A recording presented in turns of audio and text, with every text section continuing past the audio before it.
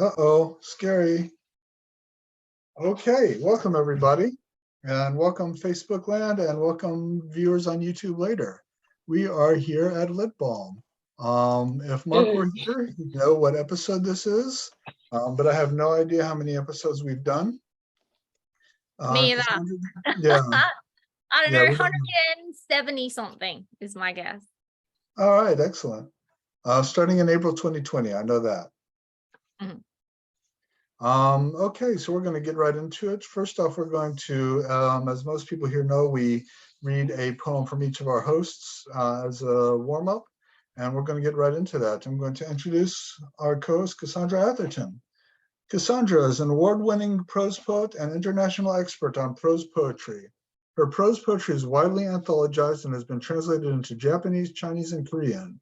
Cassandra has published more than 30 books and is currently writing an illustrated book of prose poetry on the Hiroshima Maidens with funding from the Australia Council and the Victorian government. Cassandra co-wrote prose poetry and introduction and co-edited the Anthology of Australian Prose Poetry. She is commissioning editor for Westerly Magazine and professor of writing and literature in Melbourne, Australia. Cassandra, will you read us a poem today? I will. It's so nice to have you and your drawl or your lilt or whatever other adjectives we had for your accent. Jonathan, it's lovely to have you back. I have been asked to write a series of ekphrastic poems on Picasso. So this is one of them. Picasso's paintings line the walls of your memory palace, fevered images in swings of paint. You trace the twining thick lines on the canvas, and I feel your finger pads follow the curve of my thigh. In the center of the room, a Peter Pan collar and cuffs chart your obsession, the remnants of your golden muse. Among the ruins, I hear the rhythm of a lullaby in the simplified lines of La Rêve, but you are listening to secrets hidden in the curlicues of his last handwritten letter. You tell me you are not Picasso, but I lie with a necklace on a red cushion and wait for adrenaline to restart your heart. And I am going to introduce Jonathan, who I have been itching for him to be here while I've read his bio. Jonathan Penton founded the Electric Journal, Unlikely Stories, in 1998, and its daughter imprint, Unlikely Books, in 2005, and continues to run them both as editor-in-chief. He serves and has served in an editorial, management, or technical role for numerous arts organizations, including Big Bridge and Mad Hat, Inc. He now serves as technical director for the New Orleans Poetry Festival and Rigorous, a journal by people of color. He has organized literary performances and performed himself across the United States. His own book of poems are Backstories with Argotist eBooks, Standards of Sedity with Litfest Press, Painting Rust and Blood and Salsa with Unlikely Books, and Last Chap with Virgin Press. He lives in New Orleans. Jonathan, we can hear a poem live from you this week. Thank you, Cassandra. Well, you're hearing a poem live from me, which means it's not going to be one of my own. The old regulars know that I generally read something that we recently published at Unlikely Stories. And I'd like to read a wonderfully silly poem tonight, A Rhyming Romp with Nietzsche by Shannon Frost Greenstein, which was just published on Unlikely Stories. I'll try to lilt through it. I don't know that okay, I'll try to lilt through it. Why, hello, my friends. What a pleasant sight. I was not expecting a visit tonight. We're just sitting here thinking about the verb to be. It's a night of existentialism for the cats and me. We've got Fritz, as always, to guide the way for our philosophical jaunt today, and to remind us all, though it is grim, that God is dead and we have killed him. So butts down, hands in, buckle up and wait. Life affirmation is never too late. We have all night to attempt to discern if Nietzsche was serious about the eternal return. It all starts with a church and its glumness saying about our desire to fuck when we should be praying. To be human is power, our pal Nietzsche would say, and to follow religion is to give that away. But you're wrong if you think he was just a denialist, because Nietzsche was never actually a nihilist. He swore we should whine and surrender no longer, because what doesn't kill us only makes us stronger. Our moments of happiness, of jubilance and joy, the orgasms and coffee and family we annoy, none of them, can you dig it, would ever be seen, if not for the moments that happen between. So from the depths of darkness, we affirm all the shit that got us to where we can appreciate it. Because life is redeemed every single time we experience the ecstasy of the holy sublime. Of course, I'm not ignorant of the rumor that swirls that he hated Wagner and Jews and the girls, but that's all a lie, and we blame his little sister for warping his work for her Third Reich mister. So now the hour is growing late, and we've wrapped up the entire debate. Poor Nietzsche died broke, stark, raving, and mad, but we can't understate the sheer impact he had. He says there is value in what we choose to embrace, and in the human nature, religion tends to erase. So let's think of Dionysus as we build and evoke the Superman of which Zarathustra spoke. Because life is rich with meaning if we embrace all the pain and realize that to truly live, we must yearn for it again. It made me laugh. If it didn't make you laugh, tough. Yes, Cassandra. It made us laugh. I am going to read Mark's bio. We always read people's even in their absence. And I believe Mark is featured at a poetry reading in Lowell.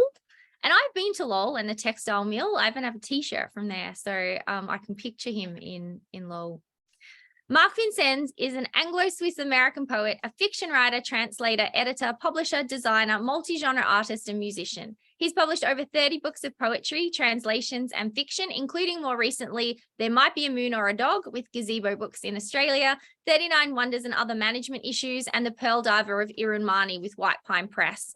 Forthcoming collections are A Splash of Cave Paint with Spite and Dival, and The King of Prussia is Drunk on Stars with Lavender Ink, and a chapbook, An Alphabet of Last Rites with Chavina Barber.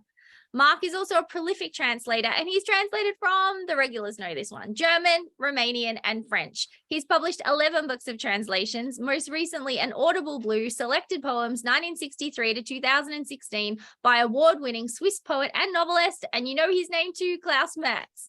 His own work has been translated into many languages, including Japanese, Chinese, Russian, French, Italian, Romanian, Greek, German, and Icelandic.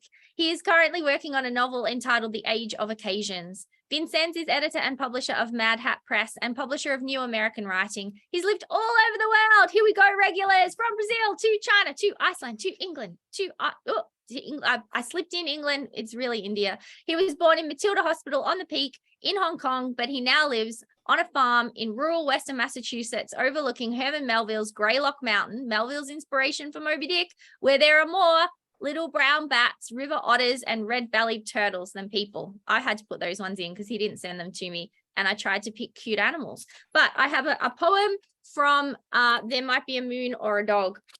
It's called Swarming in Sugar. It begins at dawn or daybreak, whichever comes first. It begins in a downpour, puddles everywhere. We're skipping school today, roaming the streets. See, the old man is grinning. Anything can happen. Along the avenues, the leaves hop and sway. They do anything to raise their heads, but it's all up to the wind. For a second, nobody moves. The windows slip into their latches. Morning trembles with mousy unease. A face sculpted in sugar, the figure of a man when we still went barefoot, all in crystals and cream. Then there's a woman on the mountain, a pastry with 1,000 layers, a pastry with 10,000 fingers. And what of the warm egg in her hand? It begins at dawn or daybreak, whichever comes first. It begins with a spiral, waves everywhere. We're skipping work today, called in sick. See, the old man is grinning. Anything can happen. Jonathan. Who, me? What am I supposed to do? Think you're introducing the feature. Hooray. All right. We've got 3 featured authors today. And the first is James Tate Hill, excuse me, James. James Tate Hill is the author of a memoir, Blind Man's Bluff from W.W. Norton, a New York Times Editor's Choice, and a Washington Independent Review of Books favorite book of 2021. His fiction debut, Academy Gothic, won the Nelson Literary Prize for a first novel. His fiction and nonfiction have been published by Lit Hub, Shondaland, Salon, Poets and Writers, and Prairie Schooner, among others, and his work has been listed and notable in 3 editions of the Best American Essays. He serves as fiction editor for Monkey Bicycle and contributing editor at Literary Hub, where he writes an audiobooks column. Looking forward to hearing from you today. Thank you. So I am kicking us off, is that right? Please do. Okay, so I am going to, at Caroline's suggestion, read a small section from Blind Man's Bluff that is relevant to Filthy Creation and the stage at which I started to get a hint of wanting to become an artist or a writer. I guess we'll say writers or artists. But thanks for having me. This is exciting. You guys have a big audience here. And so if it's not clear from the title of my book, Blind Man's Bluff, I read with my ears. So I'm going to take out my Zoom earbuds and I'm going to put in my my book earbuds. And I am just going to read, I think it's about maybe a 7 or 8 minute passage. And this is from a chapter in the book called Real Books, which is about learning to love reading through audiobooks after I had lost much of my sight at age 16.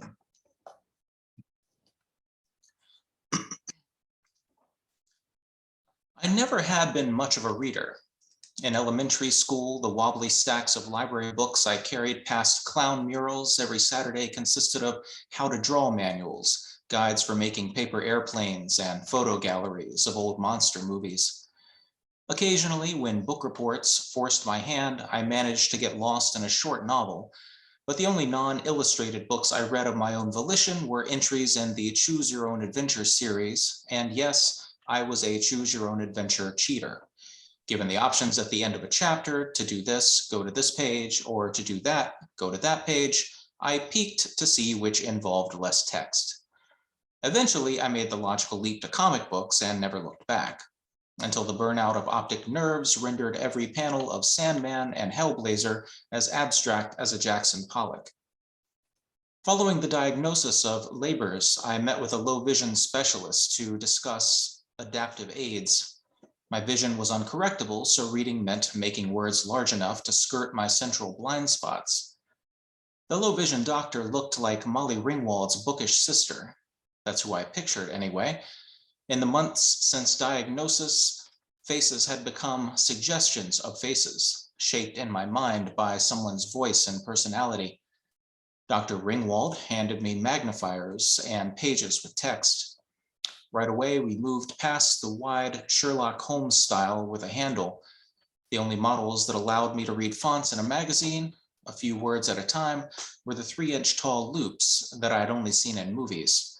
Think jewel thieves scrutinizing diamonds for subtle imperfections.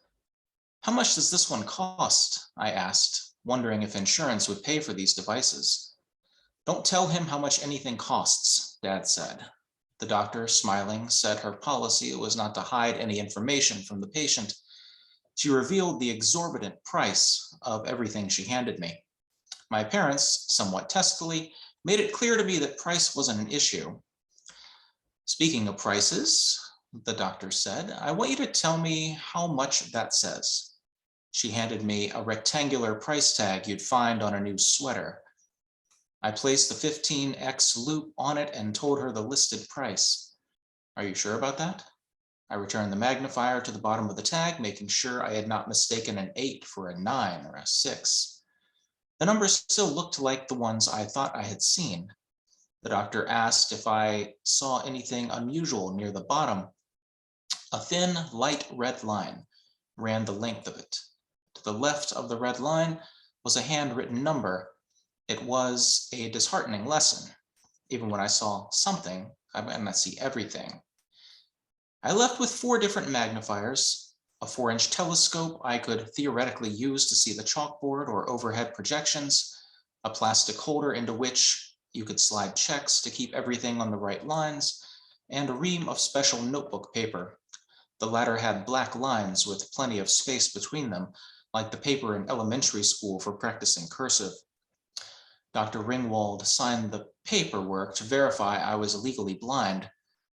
One form granted me access to a specialized library for the blind and physically handicapped. The branch serving all of West Virginia was located in a Capitol complex a few miles from where we lived. The sign inside the cultural center led us to the basement. Somewhere in this building was the famed Mountain Stage, which REM once called one of their favorite venues, but the long, dim hallway where we ended up was less rock concert than abandoned radio station. Inside, the odor of plastic was so thick it could have been a doll factory. I squinted in the bright fluorescent lights. When an older woman noticed us by the door, she assumed we were in the wrong place until Mom showed her my paperwork. Suddenly, she was glad to see us. In a brief tour The librarian walked us down aisles of metal shelves, pointing to a stack of relics from the years when books were recorded on vinyl rather than cassettes. Most patrons being print disabled, the library wasn't set up for browsing. Instead, requests were made over the phone, and books were shipped for free through the mail. To return them, you simply flipped the postage label to the side with the librarian's return address. Free matter for the blind, printed in the corner where the postage would go. The plastic scent in the air came from the pale green cartons that held the tapes. A second librarian emerged from a storage room with a special cassette player I would need to listen to books I checked out. Weighing around 10 pounds, it was twice the size of my biggest textbook. All the cassettes held 4 sides, and the second librarian explained how to toggle between tracks 1 and 2 and tracks 3 and 4. Another switch adjusted the vocal speed from A Frog's Croak to Alvin and the Chipmunks on Cocaine. I thought we were here to check out school textbooks, but the first librarian said that a place called Recordings for the Blind had handled those. The books here were the sort found in a regular library. When she asked if there was anything I wanted to check out, the question caught me off guard. In the 1870s, Thomas Edison recorded the first audiobook, Mary Had a Little Lamb, on the phonograph he invented. In the future, he believed this would be the primary way people enjoyed books. Half a century would go by before technology allowed for longer recordings. Around that time, an act of Congress established the Talking Books program, which provided millions of visually impaired Americans access to the written word. By the 1990s, its collection was exponentially bigger than the books on tape section of the public library, still dominated by self-help titles. But it generally took bestsellers a year to reach shelves. Mid-list titles that didn't win literary prizes seldom got recorded. But for the print disabled who didn't know Braille, the Talking Books program was the only game in town. I couldn't remember the last book I had read that wasn't assigned by an English teacher. Most of those I abandoned after 20 or 30 pages, piecing the rest together from class discussions and Cliff's notes. "Do you have Jaws?" I said.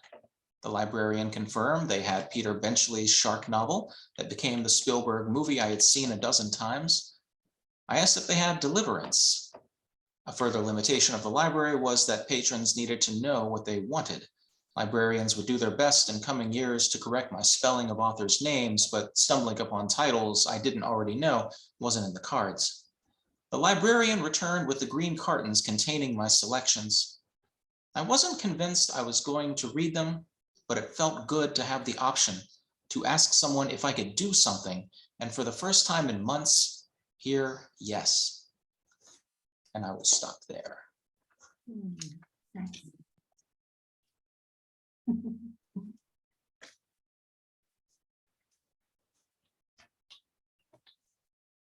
All right, Thank you, by the way. thank you. Next up is Melissa Ostrom. Melissa is the author of The Beloved Wild, a Junior Library Guild book, and an Amelia Bloomer Award selection, and Unleaving. Melissa, there's something wrong with the publisher's name on my printout. Would you give that to us? It's Philo and Friends, which is an imprint of Macmillan. Excellent. Her stories have appeared in many journals and have been selected for Best Small Fictions 2019, Best Microfictions 2020, Best Small Fictions 2021, Best Microfiction 2021, and Wigleaf Top 50 2022. She lives with her husband, children, and dog Mocha in Holly, New York. All right, Melissa, will you read for us today? You know, I think I'm going to read out of The Beloved Wild because I feel like its sentiment feels more akin to Filthy Creation. It has that quest feeling to it that Caroline's novel really does so well. So I'm just going to read a little bit from the beginning. It's in the first chapter, although it's not the very beginning. And in this scene, my main character, Harriet Winter, is with her family, and they're in the process of making spiles for the maple sugar season. I should mention this is a historical novel, so this takes place in the very beginning of the 1800s. In this scene, her mother has invited the neighbor boy, who the mother hopes Harriet will develop some affection for, because he has definitely developed some for her. And Harriet's having some issues with all of this. So I'm just going to read a few pages here. Mama was the one who had invited him to dinner, surely hoping an evening involving whittling spouts would give him the chance to shine. For everyone in Middleton, New Hampshire knew that Daniel Uriah Long had a special genius for carving wood.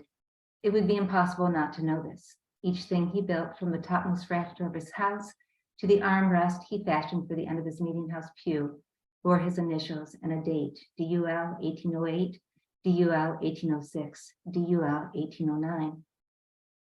There was nothing specifically wrong with Daniel Uriah Long. I'd be the first to admit that he was an excellent farmer. And yes, he boasted a strong frame, capable of handling the most arduous task. As for his initialing, I really couldn't accuse him of vanity, since in all fairness, most men of my acquaintance signed their handiwork. Daniel Long was simply a great one for puttering with wood. This, of course, resulted in a surplus of initials. And those initials, shy of one letter, said it all. His every aspect lacked impetuosity, mystery, devilment. It was difficult to work up a romantic passion for Mr. DUL. Yet inexplicably, he'd managed to stir within his plodding heart an interest in me. It was no secret in Middleton that the man hoped in the near future to fix me with his tedious initials. Just the thought of this expectation raised my hackles. After I finally folded the towel in the kitchen and joined the fireside circle, I was feeling particularly mulish and shook my head when Papa requested a song. The scent of singed sumac hung in the air. Plenty of spiles filled the few maple sugar buckets between Matthew and Gideon, but Mr. Long continued to whittle away at one, from time to time answering a question, usually without looking up. In the reddish light, I could see that along the spout he'd carved a tiny but intricate leafy vine. Rather fancy for a spout, isn't it, Danny? Mr. Long nodded. Habit. His mildness goaded me to add, you forgot to etch in your initials. Quick as a snap, his eyes met mine. So I did. He rectified the omission and held out the spout. For you. Surprised by the gesture, I didn't immediately take it. Then just as I leaned forward to accept the gift, he retrieved it, leaving my hand dangling stupidly. His mouth quivered. Perhaps I ought to carve your initials in it as well, since it will be yours. He raised his eyebrows expectantly. I folded my arms. I doubt there's room for anything else on the little thing. I'll squeeze them in. It's H, then S, I offered grudgingly. HSW, Harriet S. Winter, he said evenly as he carved. What's the S for? Sarah, Sally? I tightened my mouth and shook my head. I despised my middle name. Betsy, sitting at Papa's feet, offered. Submit. That's what it stands for. For the first time that night, Mr. Long laughed. Submit. Oh, that's rich. As he presented the spout, he asked, still grinning, and do you? I took it with a slow, ungracious show of disinterest, but answered curtly and quickly enough. No, never. So that's our introduction to my love-hate couple, Daniel and Harriet.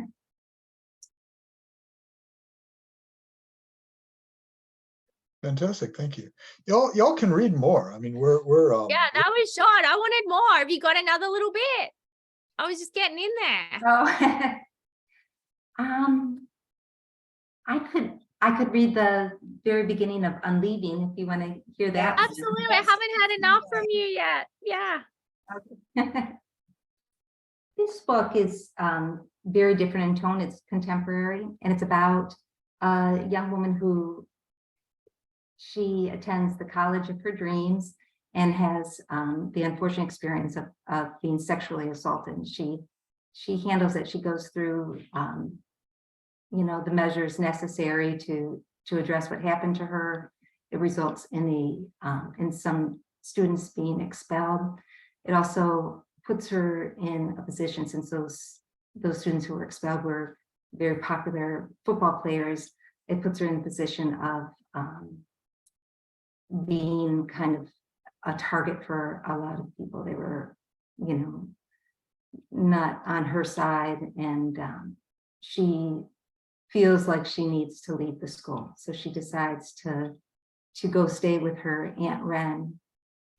And her aunt is an artist, which is very Caroline-y in her in her scope. And I think it's a book that deals a lot with victim shaming. And JT, I was thinking about your books as well, because I think that you touch on a lot of shame in Blind Man's Bluff, especially. So, and a kind of shame that's, you know, unearned. So there's a lot of anguish in this kind of shame, where you're made to feel a certain way, even if it's not warranted or deserved.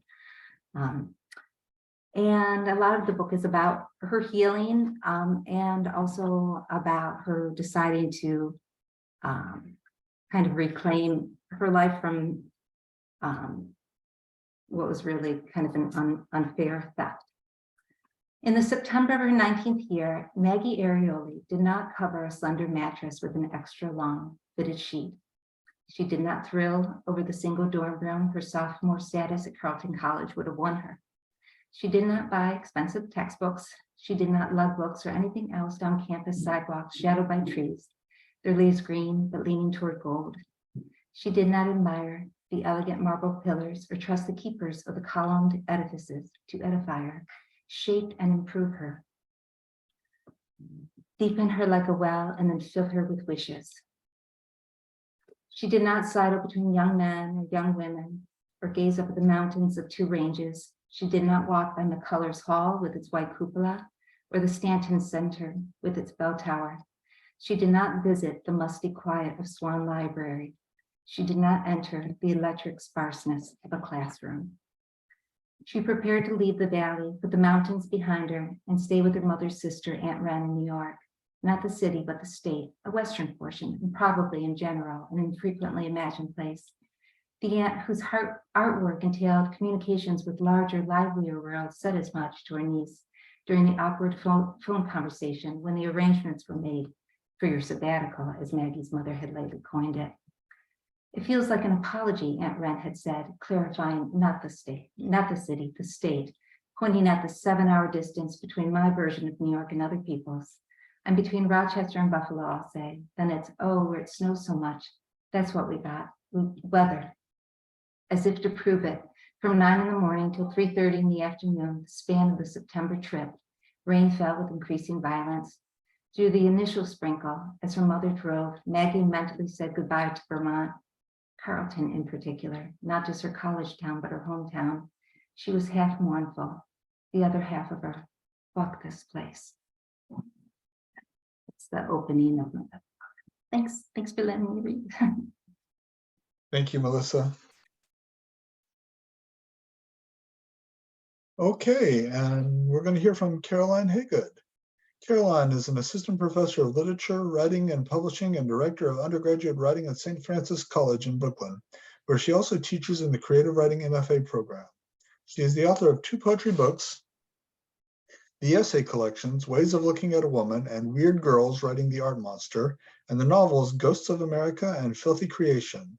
Her works has appeared in publications including Electric Literature, Creative Nonfiction, Lit Hub, The Kenyon Review, The Huffington Post, The Guardian, Salon, and Elle. Caroline, we're looking forward to hearing from you. Thank you so much. Thank you so much, Cassandra and Jonathan, and to Melissa and JT for being here. So when we were talking earlier, I was telling everyone that, you know, I only know them through Twitter, right? It's like Twitter, this hellscape, where all these terrible things happen, is also, you know, where I form some relationships that I don't have with my in-person friends, you know, that we share writing and we share these things. And so I've sort of selfishly assembled this night because I wanted to see their faces move. I just wanted to like talk to them about writing, and I wanted to share that with this audience. I've been to Lit Balm a million times. It has an incredible audience of regulars. And there's an open mic at the end where, you know, professional poets read and other kinds of writers. And it's just a terrific series. So thank you to everybody. Yes, so I will be reading from Filthy Creation, which, spoiler alert, well, it's not really a spoiler. JT and Melissa have both blurbed. So I'm very, very grateful to them for doing that. Asking for blurbs is a horrifying thing. It's so very nice when people say yes. So I'll just read from the beginning of it. It's about a teenage art monster, as I call her, who you know, is trying to figure out how to be creative at this age. I published a book called Weird Girls, which is sort of like the nonfiction exploration of the same idea. And this is kind of like the sister or twin book that's explored in through a fictional way. And so anyway, let me just read from the beginning here. So the main character's name is Dylan. She's a high school student. She thinks and talks like a high school student, as I do anyway, so it's perfect. Okay. Here's what I know so far.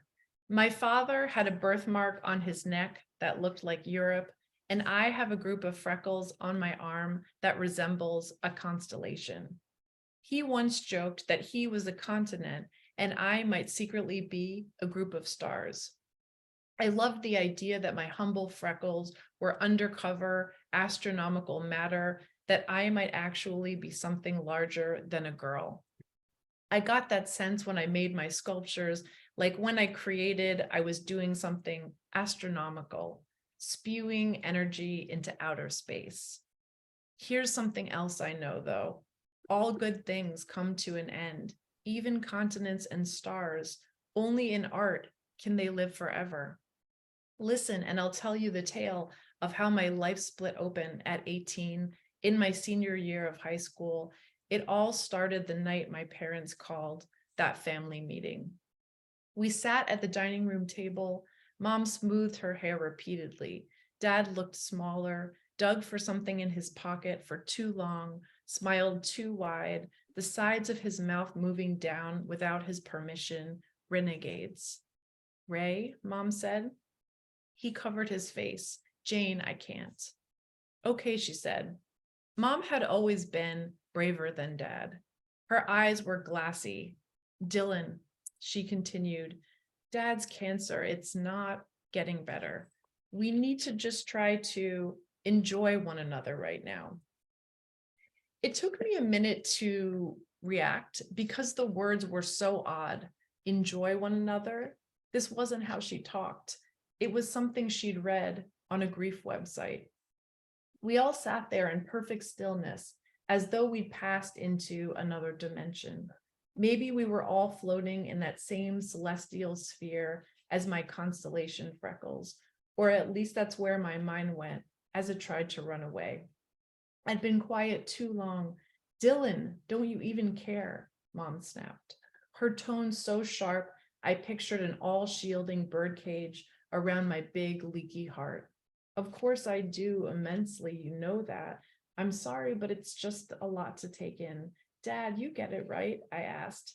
He nodded, but as usual, didn't stand up for me.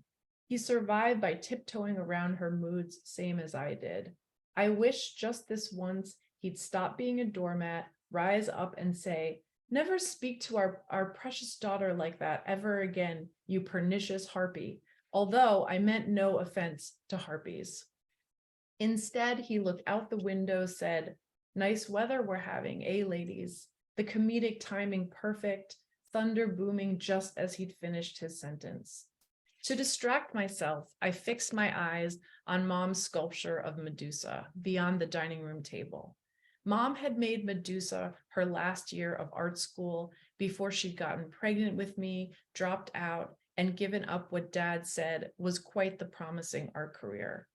Mom had applied a multicolored finish to the aluminum, but as a child, I'd picture her painting actual rainbows onto Medusa's metallic skin. Instead of Perseus holding Medusa's decapitated head, she held his. Medusa's eyes were unexpectedly warm, emitting the otherworldly glow you often see in mothers looking at their children, which would make Perseus's head her bizarre baby. Medusa's snakes in particular were exquisite. Mom had welded them into a labyrinth I'd been trying to decode since I was little. They had always communicated to me that being a woman was to be a chimera, part this, part that, marvelous, powerful, and always bound to evade definition, just like Balm. But the snakes were also a warning. Look what happens to potent women. They end up with cobras for hair. Look what happens to women artists who become pregnant like mom did. She was now a secretary at my artsy high school instead of a professional artist herself. I found myself rising from the table to go to Medusa, as I had so many times when feeling down over the years. I traced her snaked head gently, looking out the window, hoping to see Shay. And there she was. After school, she could often be found making her ornate chalk drawings of fantastical creatures on the sidewalk in front of Brooklyn Arts. I couldn't help but feel an affinity for this strange girl who seemed as obsessed as I was with myth, magic, and monsters. I could still remember Shay's first day of school freshman year like it was the moon landing, a celestial event that would change everything, fitting for the likes of continents and stars. I knew this was how everyone felt about their first love, but I swore it was different with me, that I'd gone so far around the amorous moon, I could no longer be compared with those earthlings and their wishy-washy high school sentiments. Shay's mom, Miss Burgess, also happened to be my favorite teacher at Brooklyn Arts, and they lived in the faculty housing complex across from ours. My parents bickered in the background, but it only registered as static as I watched Shay loosening her hair from a post-shower turban, her weapon of a body hidden under another striped towel. As she unwound her hair, I hallucinated Medusa's snakes falling out of there. That hair was the kind of black you could imagine, snaking all the light from the room if it happened to, say, fall all over your face in bed. Not that I imagined that obsessively. No siree. Shay walked over to the bed and for an instant stood glistening in the garish radiance of her red lava lamp. Playing all over her body were the stars of her planetarium projector. Okay. So I was hoping that, again, selfishly, because this is like an adult play date for Melissa, JT. I was hoping that we could just chat a little bit about some of the themes of our books, just chat a little bit about writing, and then open it up if anyone does have questions. And then, of course, we'll hear our amazing open mic, which is always really, really terrific. Is that still good, Cassandra and Jonathan? Does that sound good? I did want to start with one thing, JT, which is related to your writing, but it's also related to the weirdness of a Zoom reading. So I reread Blind Man's Bluff for today because I was thinking, yeah, well, I really did like it the first time, so I figured. But one of the things that, I mean, and I know I'm sure everyone does say this to you, but yes, it did make me a lot more aware or thinking about what things must be like for you, because we're inside your head for the entire book.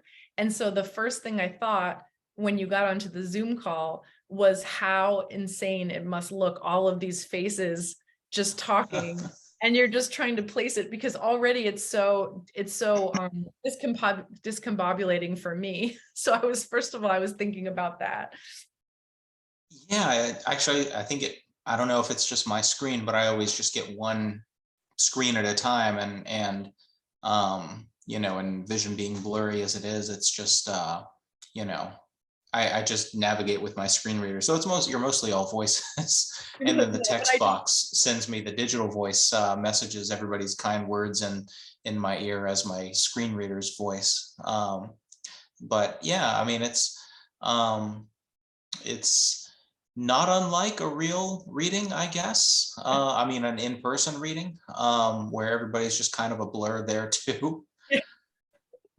They're bizarre, but readings are bizarre in general. I guess that's my point, is that readings are bizarre in general, and you made me think about the material nature of how bizarre they are. Yeah.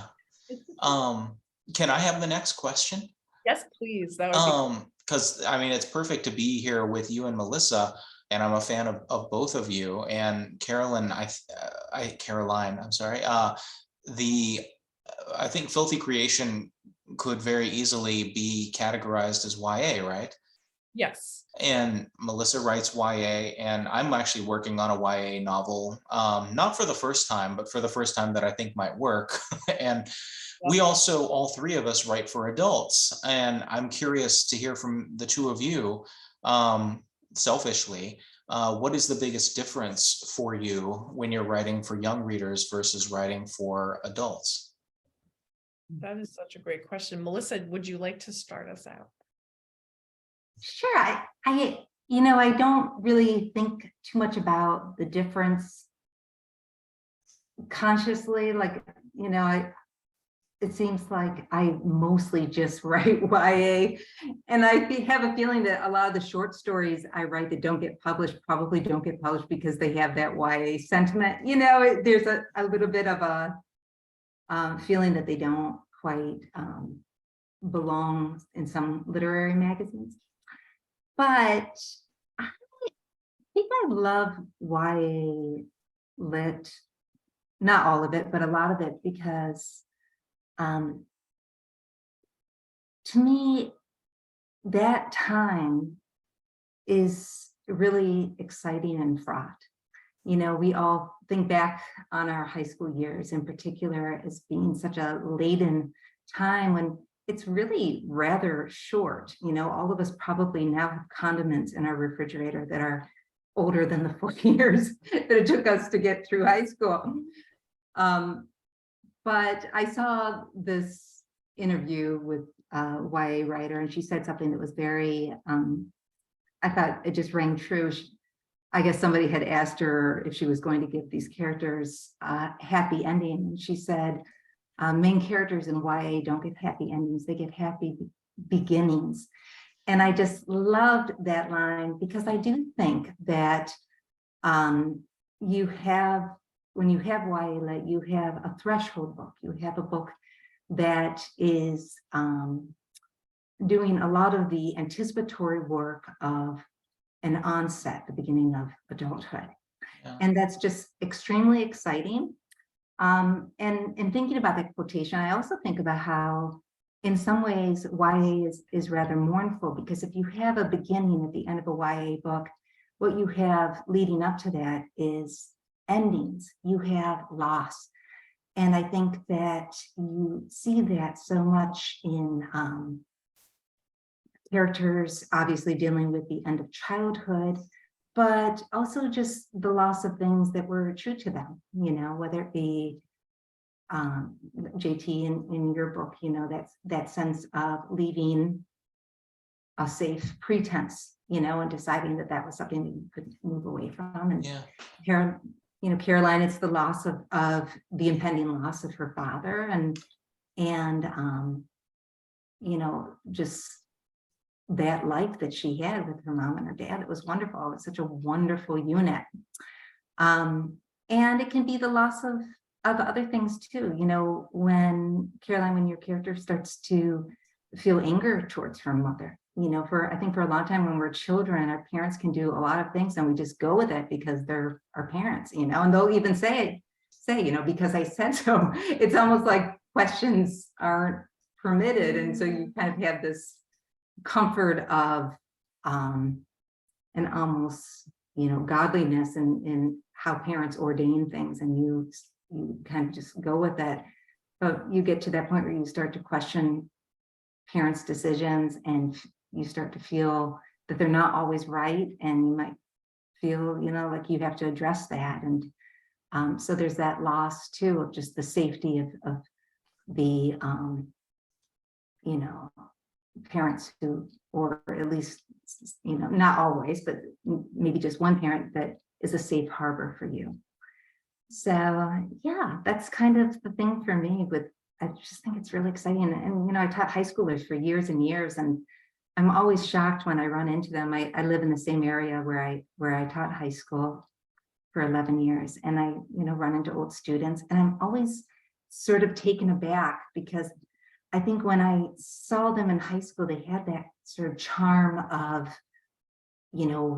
I don't know, I was bedazzled by you know, their possibilities and their futures. And it's not that they're not doing great things, but it's just jarring to see them as adults sometimes, because, you know, I'm still like, wow, you know, I thought you were gonna be like a movie star. It's just, I don't know, it's a strange sensation sometimes to see your 11th and 12th graders grow up and, you know, start families. And so yeah. Yeah. What were you gonna say, JT? I was just gonna turn it to Caroline to the same question. What's the biggest difference in writing for young readers, or maybe even just because there's such a thing about, I've been reading a lot of young adult fiction, and so much of it sustains me in the same way that fiction for adults sustains me. You're just writing with the same intelligence from the point of view. You know, and I guess agents and editors will tell you there is sort of a gray area where, or maybe a line where audience comes in. Who are you writing for? Not just who are you writing about. But I'm curious, Caroline, if you saw Filthy Creation as beginning as YA, or if you just saw it as literary fiction with a teenage character, and also what did you feel like the biggest difference was in writing about or for a young artist? You know, it's such a great question. Well, so I had a strange thing because it's published by a small press, by an independent press, so Mad Hat Press, which is a terrific press. Thank you to Mad Hat Press. I didn't have those considerations as much because, well, first of all, when I was trying to sell it more commercially, I was thinking of it more as literary fiction, but also it was sort of when editors were reading it, they were more like, this is not really, in my mind, as much for young readers, or that was their kind of response. Yeah. But what I found with indie presses is they didn't make the separation as much when they were considering it.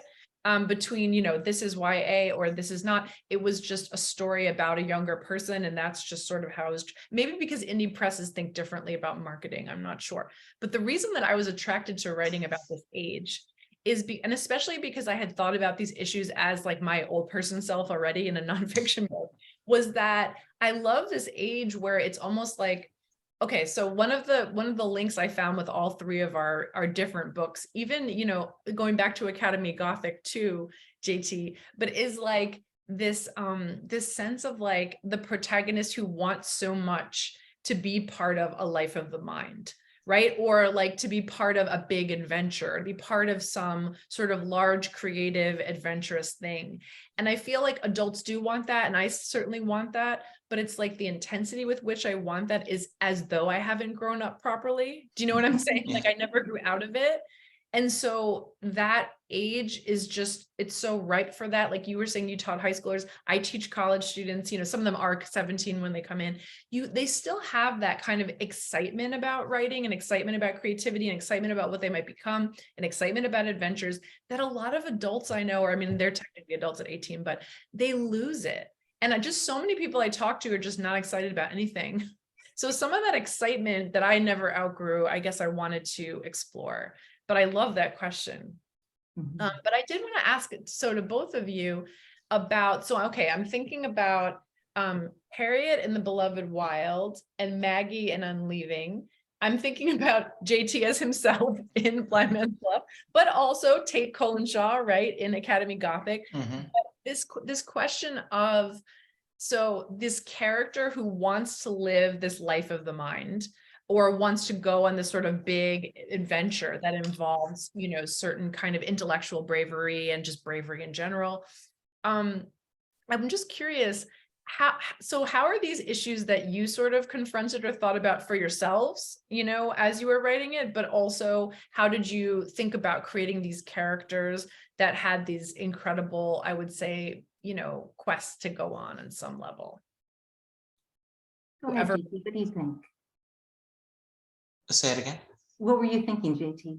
Oh, I mean, it's definitely different with memoir versus fiction, but I would say it's more similar than we might initially think, because even though we're writing nonfiction, in memoir, I think you do have to create a certain character of yourself, at least in your own mind.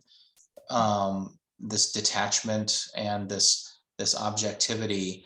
I don't think I was able to envision myself, pun intended, as my teenage self and my 20-something self before I was able to detach and sort of see the absurdity of my charade of trying to pass for sighted for nearly 15 years.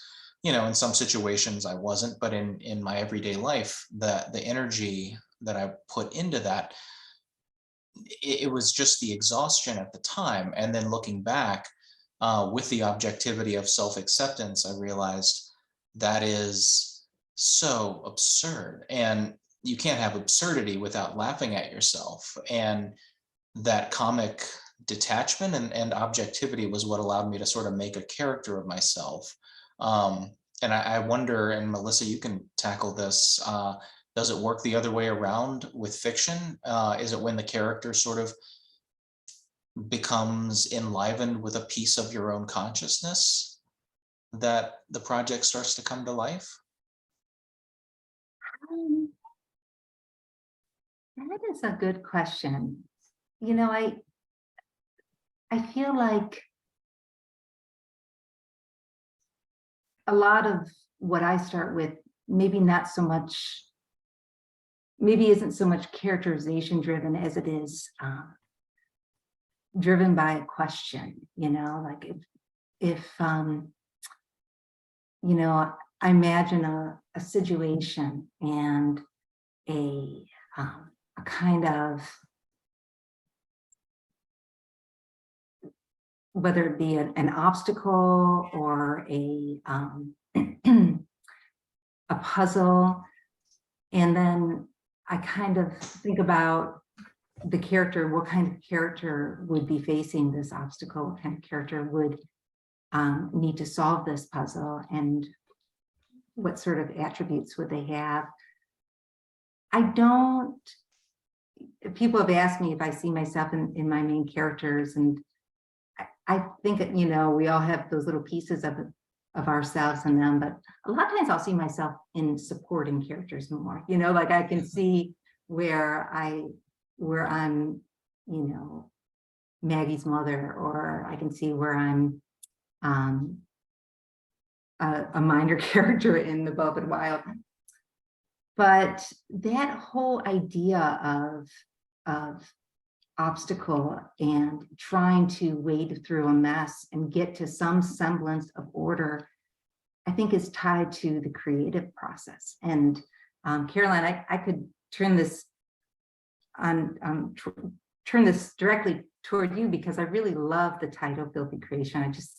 I love it because it comes from Frankenstein, and I think it's just masterful how you use that novel in Filthy Creation, and it sort of weaves its way. And sometimes Dylan seems very much like the art monster. She's this sort of misunderstood creation, but sometimes she's the mad scientist. Sometimes she's the creator. So I like how you're using that.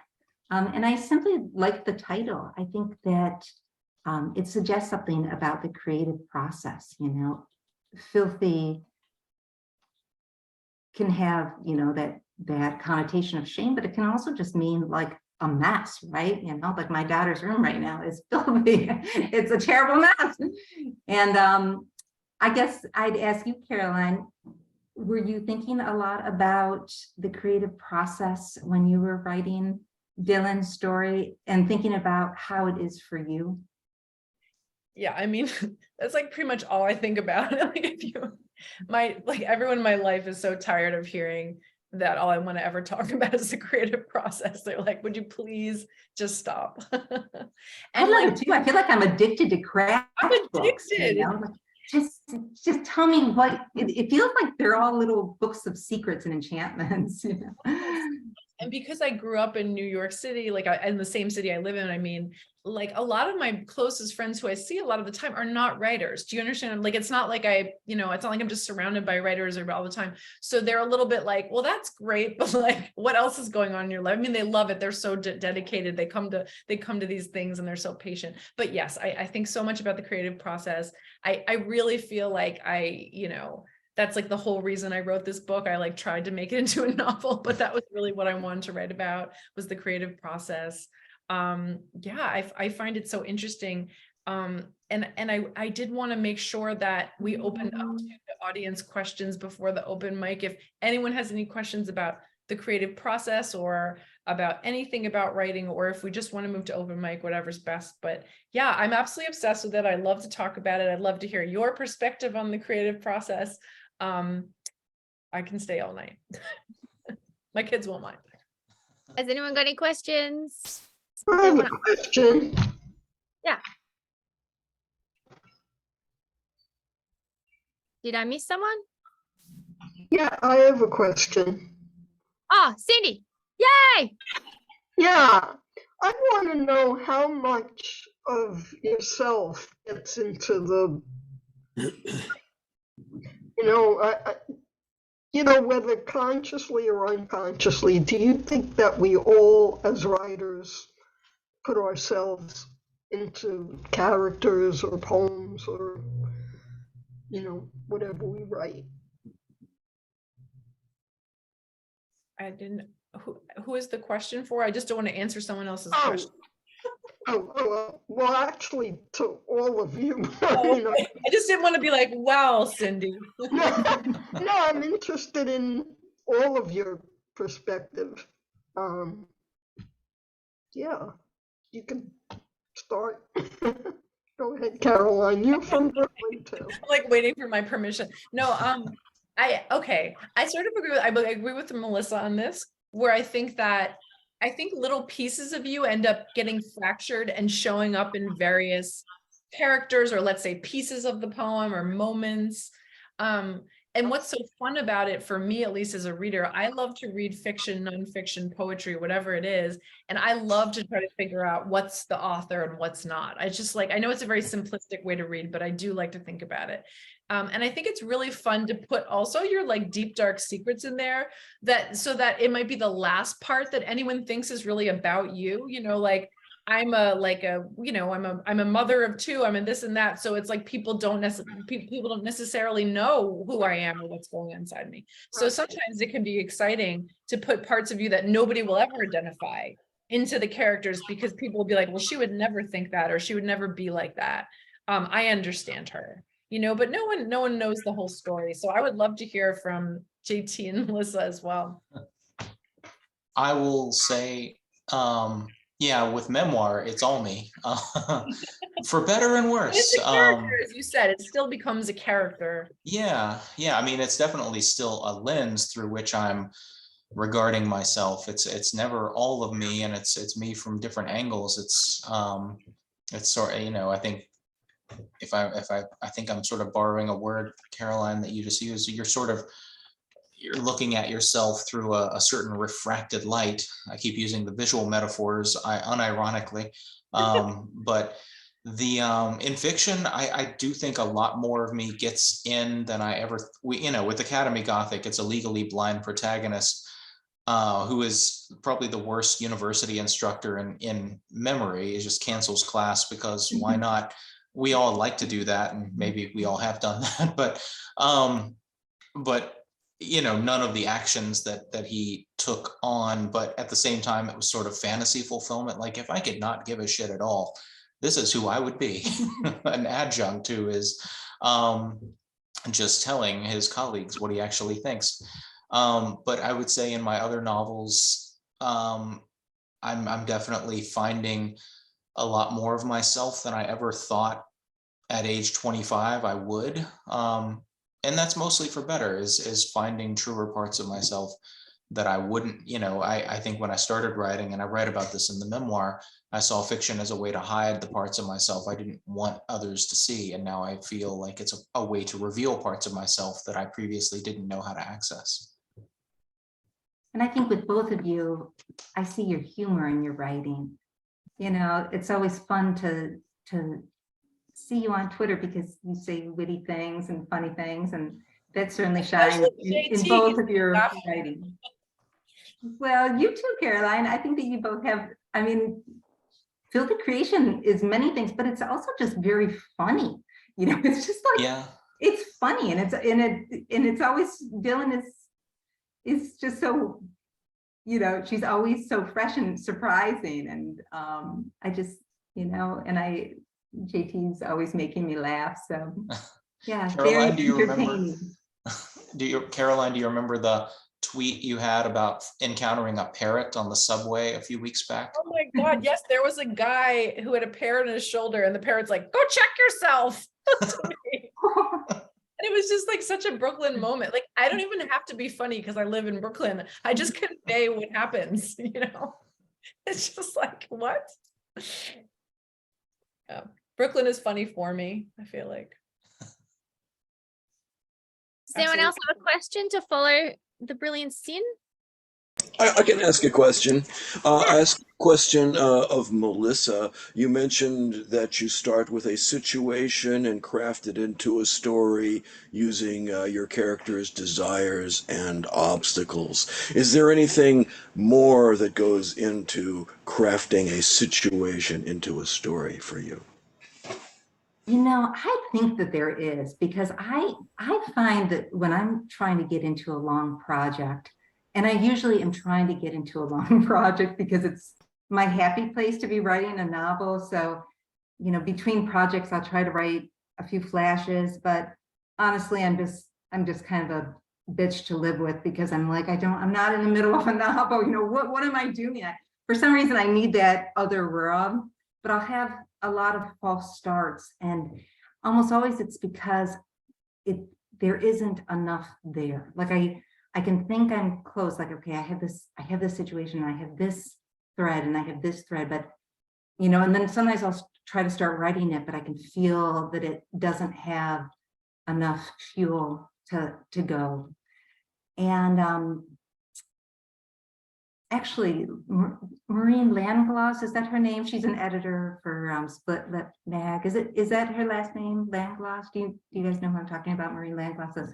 She's the fiction editor. Yeah. She had a wonderful blog piece about that when she reads stories that they don't accept a lot of times, and JT, maybe you've had this experience yourself, you sense that there's just not enough there. It's like it's close, but there's just that one extra thing that's missing.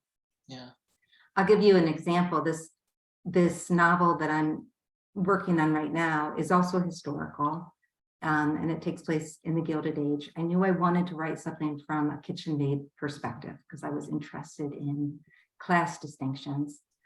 And I gave her, you know, crisis and obstacles, but it's still like, I just knew I didn't have enough. I don't have the story yet. And I was upstairs in my daughter's scary, filthy room, and she has so many wonderful, you know, goth things around her room, and she's 13, or no, 14 now. And one thing I realized was, wow, she has a lot of vampire stuff up here. And then it struck me, you know what, that's what I need to do. I need to make this a vampire novel. And as soon as I decided that, it's like it opened a door for me. And so, what's that? Oh, I thought somebody asked something. So yeah, Sorry, yeah, I was interrupted briefly. Oh, so just adding that extra element. I think that you know when you are writing if you have enough fuel in the tank, and if you don't, I think you need to stop. And it's not to say that you can't use what you have, but you still need to be in that playing stage, that creative stage, and just, you know, keep your eyes open, your ears open, and be in tune to the world around you, and something will present itself. So Thank you. you guys You're as agree? analytical with your children as you are with your work. Am I analytical with them? Are you as analytical with your children as you are with your writing? Oh no, I'm a very hands-off mom, probably more so than I should. I'm always feeling guilty when my mother-in-law is like, well, you know, isn't Quinny going to go out for a sport this year? Or, you know, is Lily joining any clubs? And I'm like, no, they're doing crafts in their rooms, and, you know, and my kids still play. They still, you know, they go outside. Lily's been learning all the constellations, and, you know, as long as they're doing fun things for themselves, I'm like, you know.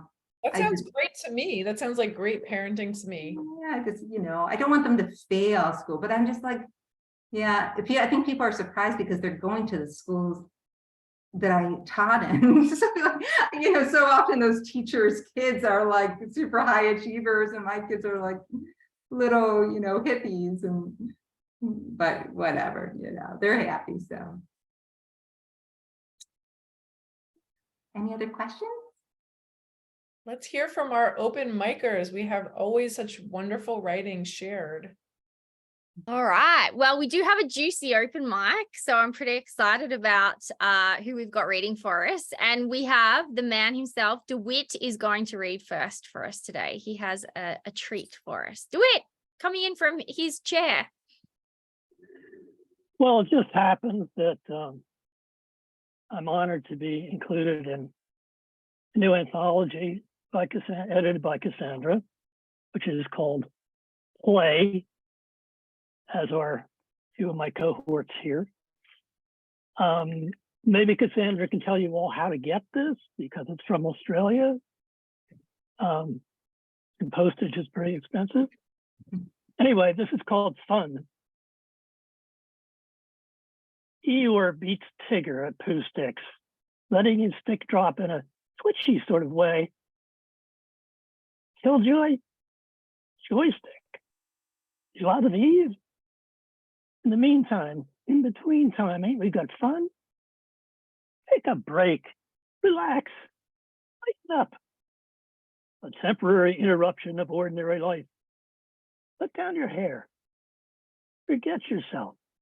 Be a sport. Puppy, go fetch. Funny bone. Make fun. At whose expense? Play pranks. Join in. Funny. Have fun.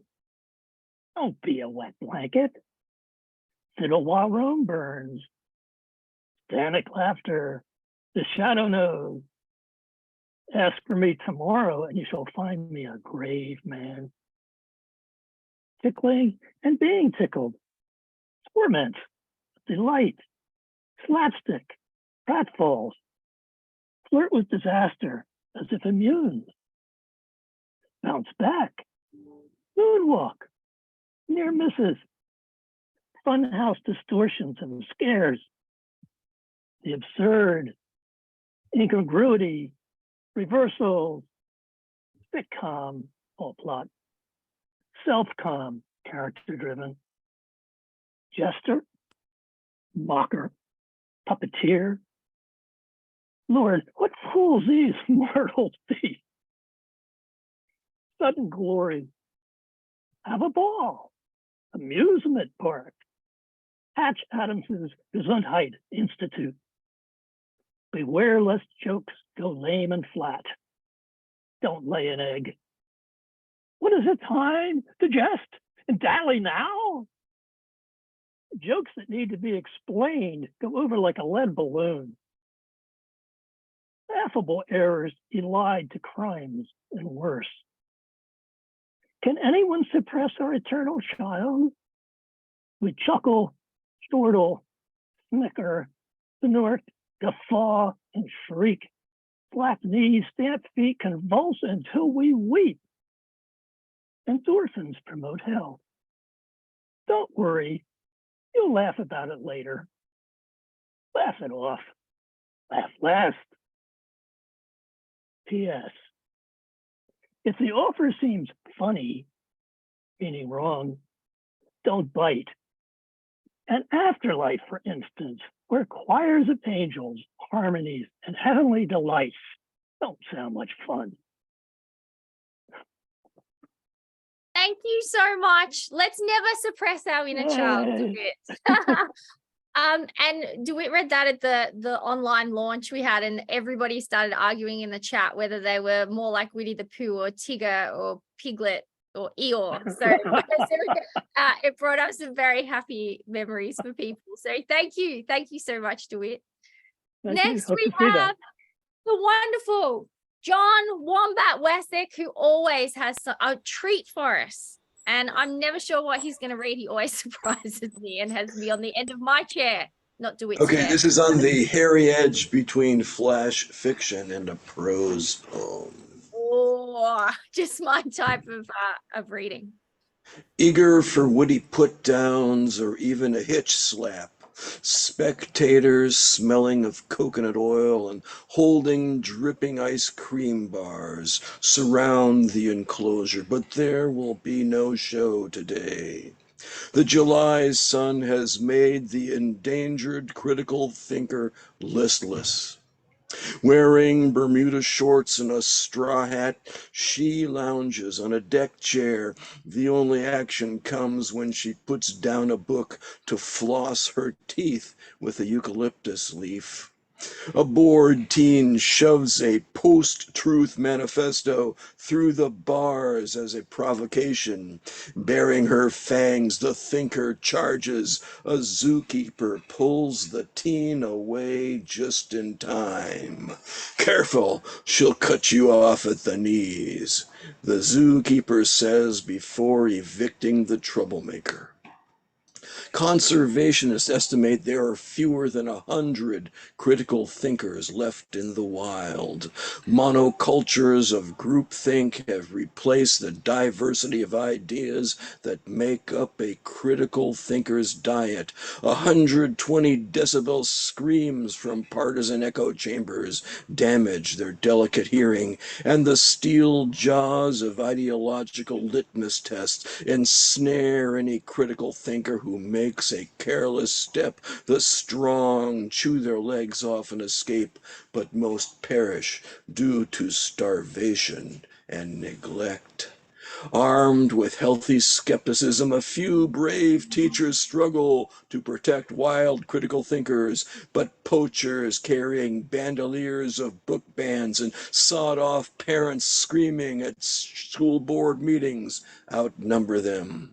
Captive breeding has been unsuccessful. The number of critical thinkers is too small to ensure genetic diversity. Conservationists attempt hybrid breeding, but those of childbearing age prefer mating with the rich, trendy, and beautiful instead of critical thinkers who express unpopular opinions. Barring urgent action, critical thinking will go extinct in our lifetime. That was a ripper. I absolutely loved that one. It's a bit Twilight Zone-y. I quite like that. But it always makes me think differently about my colleagues. And now I'm thinking of them as endangered critical thinkers when I have to go to work tomorrow morning. Thank you so much. Absolutely loved it. Thanks We all. have one of our favorites back, Mike Folds. We haven't seen him for a little bit, but he's back today from his futuristic garage and he's going to give us a poem. Mike. John, I think those critical thinkers are extinct on TikTok already. I have two poems, if it's okay. One of them is First I Say I Love You. Loving you is not enough. The feeling is mutual, I'm sure. I'm old, you're young. We live in different worlds, use different words, wield different swords. No surprises there, no shame in that. The lack of empathy is killing me. When you angle up, I say, relax. You say, I am. You aren't, I say. I'm sorry. You say you aren't. I say, watch out. You say I am. It goes on. They say dysfunctional. I try something different. Not lock ourselves in the room too long, where peccadillos careen catastrophic. The end is too near. Push it back to the wall and try again. Daughter. This other one is called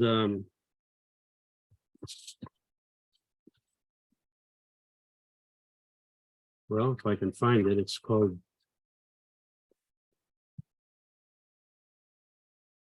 The Bukowski bug. I want to write a poem, but I can't. I've been infected with the Bukowski bug. And the critics will say, his writing just mimics Bukowski. Don't even send the rejection letter. It'll be a waste of time. The Bukowski bug is lethal. Should have put my head in the oven. Like Sylvia. Will it come out as devil's food cupcakes with white icing? Who will pull the body back from the volcanic vault? The Bukowski bug has me by the balls and I'm recumbent, unable to stand.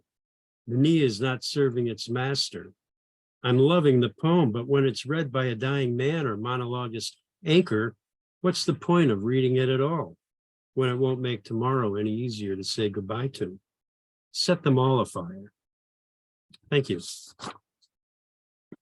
Thank you so much. We got peccadillos and Bukowski bugs. Absolutely loved it from you, Mike. It's lovely to hear your voice again.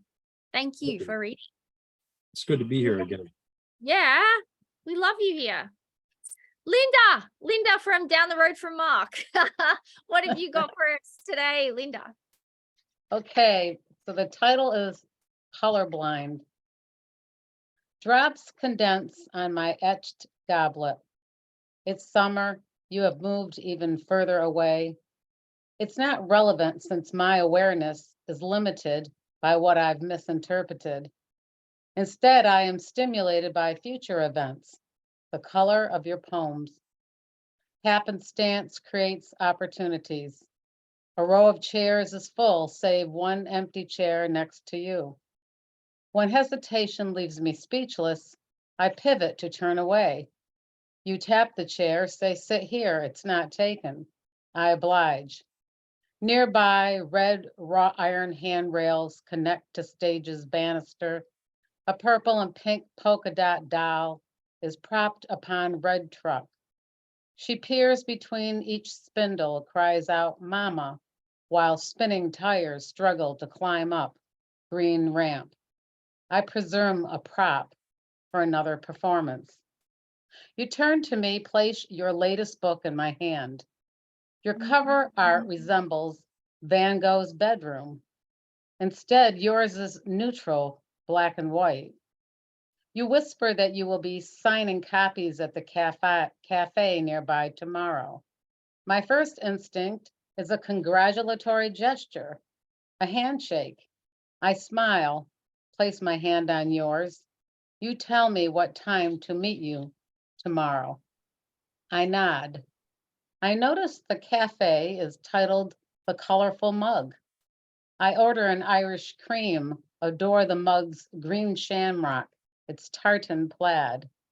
You hand me an autographed copy of your book. Pulling colored pencils from my orange purse, Van Gogh's room becomes a bright fortress.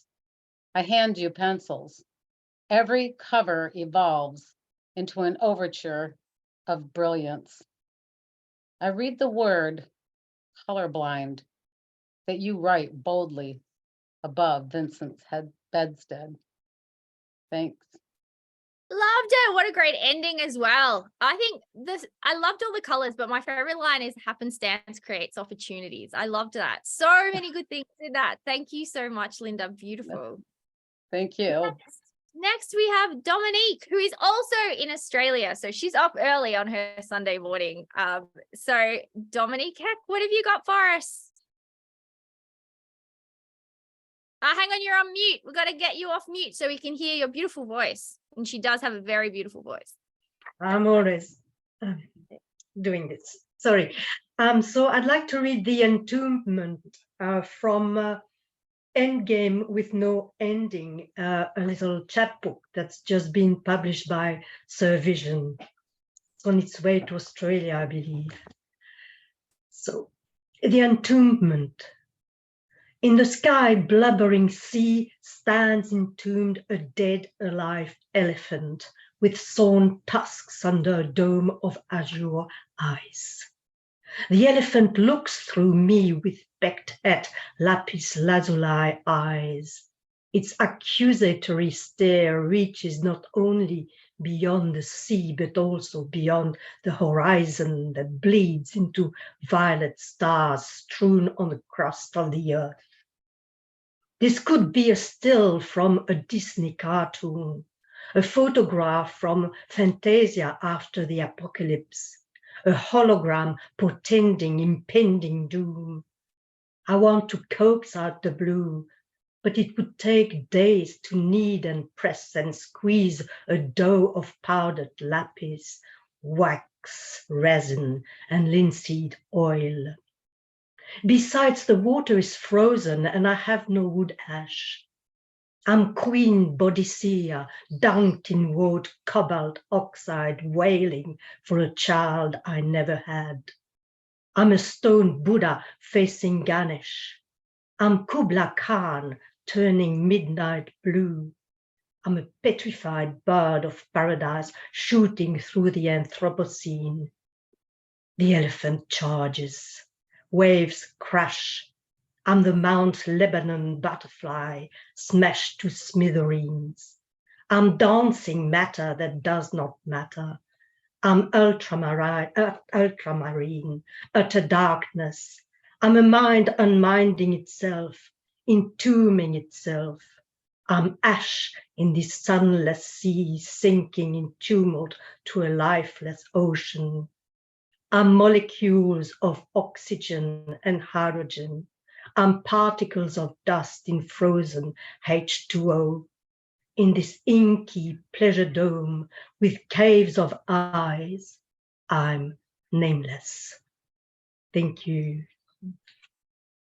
She's never nameless. She's famous. She's Dominique Heck, and she has a dead alive elephant with lapis lazuli eyes. So it was amazing. Thank you. Thank you so much, Dominique.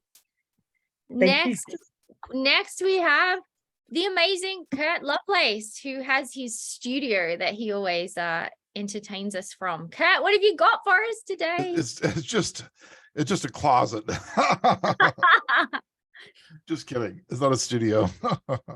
I'm going to read a piece that's the first poem in the book that I got published last year, called Halfway Between Everywhere. It's the very first poem in there. It's called A Cup of Tea. A cup of tea. All day in Kyoto, a snarky wind plays hopscotch with the fall's brittle speckles of burnt orange leaves that crunch and announce where I walk. The abbot greets me at the door. We sit in lotus, cushioned on the floor. A pot percolates between us.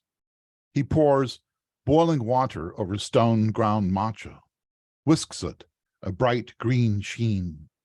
It smells like lemongrass split open by spring rain. How much to pour, he asks. My cup holds nothing. He pours, asks, as snow falls, do the shivering birds shout for it to stop? The birds, I say, sit inside themselves until they fall, frozen dead from the bough, riding the whispers on the whips of the wind that wraps the northern lights, pulls them loosely over the mountains of its shoulders. He hands me the empty cup of my hand. We sit and recline into the emptiness of ourselves, and we drink. That's beautiful. That's absolutely beautiful. I love Kyoto. I love your lemongrass split open by spring rain. What a beautiful way to describe it. Absolutely gorgeous and very breakfasty for me. I may have to go with peppermint tea though. I don't have any matcha here, but you always inspire my breakfast because it's always early here. Thank you. That was really beautiful. Next we have Tony. Tony read a beautiful piece for us last time, and I have no idea. I think you post-move, I hope. You're not moving between houses any longer? I moved it a while ago. Excellent. I've got a sonnet to read today from a sequence of sonnets about being trans. It's just called a sonnet. speak strange of supermoons and she-men, spun from silly Miss Bird sister's story, staff dressed by distaff side to serve, sold submitted, sold simply to be sincere, near to themselves.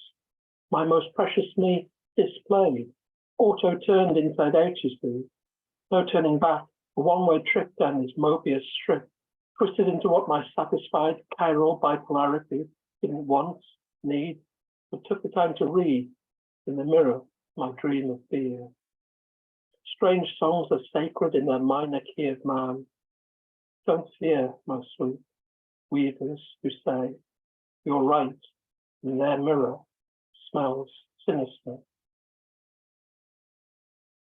Wow, that was really stirring. Thank you so much. What a wonderful sonnet. I kind of want more. I know sonnets attract you for their brevity, and that was a great one. But yeah, next time we'll have two. Okay. Thank you so much. No turning back, as you said in that sonnet. Lovely. Thank you. We're on to our penultimate favorite, and it's badass Brooklyn Cindy. She's gonna have something alliterative. I can feel it. Sin, light up our lives. Now I have something terrible. Last month here in the US was National Poetry Month. So most of my poetry writing friends wrote a poem every day. I was happy to eke out one lone poem for the month. And the prompt was write a poem that addresses itself or some aspect of itself. And I like writing poems about poetry. So I wrote something called The Best Poem Ever, which it's not. But it has, it's relevant for today because I think it has some royal terms in it. And we have, King Charles and his coronation. So anyway, to the best poem I ever wrote. I swear that one day soon I will find you a home, a heaven-sent dwelling place with bay windows, an elegant trellis, a bird's eye view of a placid, blue, virginal, unpolluted moat, and grassy leaves that would put Whitman's to shame. With ivory curtains made of fine Victorian lace and a crimson velveteen couch fit for Queen Victoria eating her bonbons and counting Prince Albert's money. Your neighbors will be the cream of the crop and of your ilk and right up your alley, minus all those damnable cliches. The garage that will house you, my Rolls Royce of a poem, will have a freshly painted door, open all day to let in fresh breezes and inspiration. Oh, awesome poem, you will no longer be homeless or unkempt, and the literary world will tip its parade to you in envy, awe, and noblesse oblige, and give your miraculous self a colossal standing ovation. So don't you fret about those 25 rejection slips you racked up so far this week. They are a mere trifle on the way to your elaborate castle that stands so high in the finest, most desirable and upscale, artsiest neighborhood in town. Signed, author of the best poem ever. Ta-da! Only you could write a poem to your own poem. I love this. That was the prompt. It's amazing. You are the cream of the crop. Absolutely. Oh, thank you.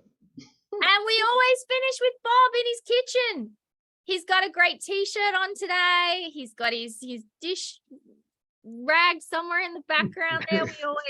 We always compare it from week to week, and he always gives us something really brilliant to think about. No pressure, Bob. No pressure. Information. The usual stuff. The private eye who doesn't get along with the cops. The slender young woman who wears men like dresses. The bookkeeper who is more than he seems. The boat that is buried in the desert. The note that was written before any of them were born. The gun that is not the murder weapon. The night that never ends. Love it. Love it. Thank The you. boat in the desert. There's too much good stuff in there for me. I'm going to be unpacking that all day over my peppermint tea and I don't know, maybe some scrambled eggs, I think. Jonathan, it was a juicy open mic. I said it would be, and I was right. It was fantastic. Thank you so I- much. I think that's the close. Yeah, I think we're done for today, sadly. It was such a wonderful evening. Thank you to all. Thank you to Melissa, to Cassandra, to Jonathan for being here, and thank you to all the readers who just read. It was so terrific. We love our Lit Balm family, and we love you. So come back anytime. You three were amazing today. And I loved hearing you in conversation. We don't have that so often, and it was one of my favorite parts, just hearing you all talk about your creative practice. So thank you. Thanks for having us. It was wonderful. Good night. And I think, Jonathan, when's the next one? I can't remember. Our next Lit Balm date, I think, is May 27th, is that a there we Saturday? go.